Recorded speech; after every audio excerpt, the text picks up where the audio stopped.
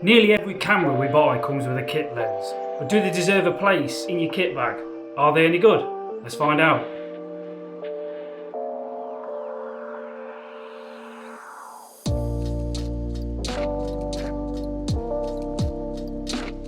So for me, the kit lens that came with my Sony A6400 is the Power Zoom 16-50 f3.5 to 5.6. Absolutely tiny lens, in the palm of my hand look, super lightweight, super compact. If you're sort of vlogging or you want a lightweight camera setup or you want a gimbal, the Power Zoom is great for that because you haven't got the lens protruding out. So you want a nice lightweight setup vlogging, absolutely great for that. Super small. I think the only lens I've seen that's smaller than this is maybe the 16mm pancake lens from Sony. Obviously it doesn't have the wide sort of focal length of this. So we've got 16mm at the super wide, and we can close into 50mm. So you've got a really nice range there to get started with. Another fantastic feature is the optical steady shot that's built into this lens.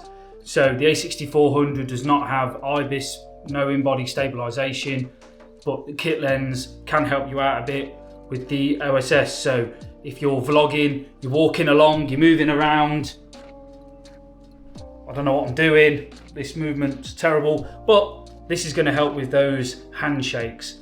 And also you can get a nice smooth zoom into yourself because it's positioned nicely on the side, whereby if you just hold that, it's nicely on the side. You can do it with your finger quite easy. So the positioning is really good if you're out vlogging.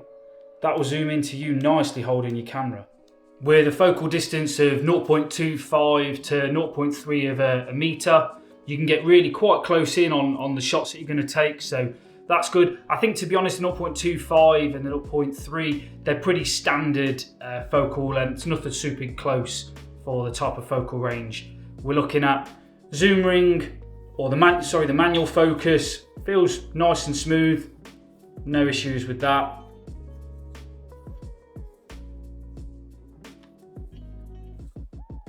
Don't mind me.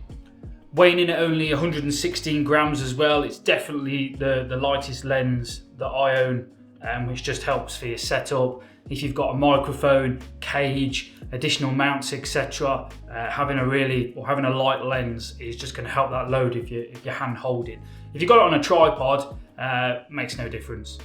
So out and about with this lens, it takes some great photos. You know, it's really handy for the focal length. If you're stood somewhere, you just need that little bit of zoom. It's absolutely fantastic for that. I really like that feature of a zoom. It comes with the A6400 and comes with other Sony cameras. So why not take it out, give it a chance, see if you like it before upgrading. It may suit for what you want. I bet you 80%, maybe even more, of people who've bought APS-C Sony cameras probably never even buy an additional lens. They probably just stick with the kit lens. Because I mean, even the kit lens takes better photos than my phone. I mean, granted, my phone is an iPhone XR, so it's a few years old, only a single lens camera. But this does do a better job.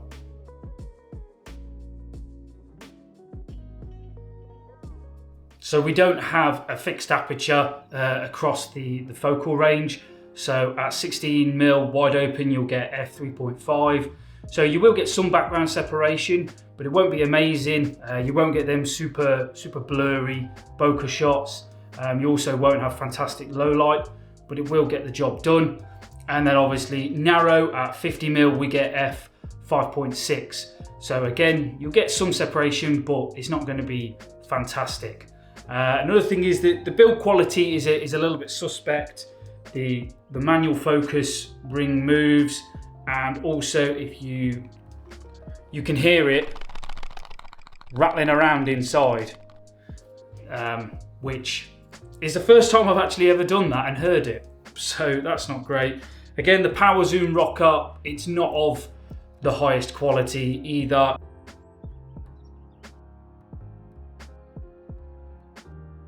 So just a quick vlog test at 16mm. I'm wandering around the house because I don't have an ND filter for this lens. It's got a filter thread size of 40.5, but I don't have one. So wide open, the aperture. It's ridiculous outside, so I just thought I'd wander around inside with it. Do you know, I thought I'd noticed the weight a lot compared to, say, the Sigma 16mm, but I'm not really, which is strange. I thought I'd notice the difference. But one thing I am noticing is that this guy, the autofocus, is super noisy. I've just recorded a little snap on my phone, zoom in wide out and then back in, and it is so noisy. It's unbelievably noisy.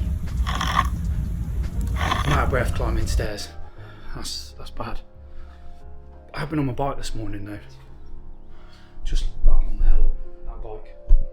I've been on that this morning, but still out of breath. So yeah, what does it look like? Does it look okay? What's the picture? What's the stabilization like? That's probably the main thing we're interested in with this, because it's the only lens I own with OSS built in.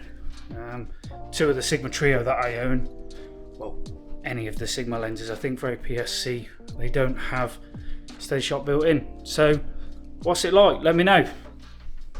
So I've just looked over that footage, only on my camera though, but to be honest, I thought the OSS was doing a pretty good job. Impressed with that. Obviously the colours and everything look pretty good. I haven't graded it or anything, or added a lot yet, so we'll do that in post. But fairly impressed with that. Obviously now I'm back on the Sigma 16mm. We've got the ND filter on, and obviously behind me you can see that 1.4 aperture, which I guess in vlogging looks fantastic. But the other lens for vlogging cheaply, including the kit lens or using the kit lens, I'd say it's definitely a better option than this Sigma.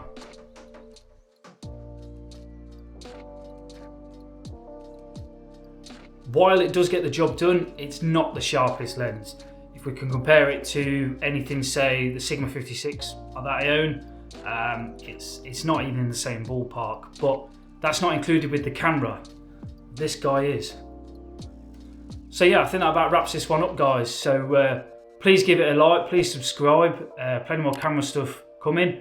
Let me know, do you own this lens? Do you still use it? Is it in your kit bag? Let me know, I'll be interested to find out. For me, it's in there, but it's never used, but I might bring it out a little bit more now. But I'll catch you in the next one.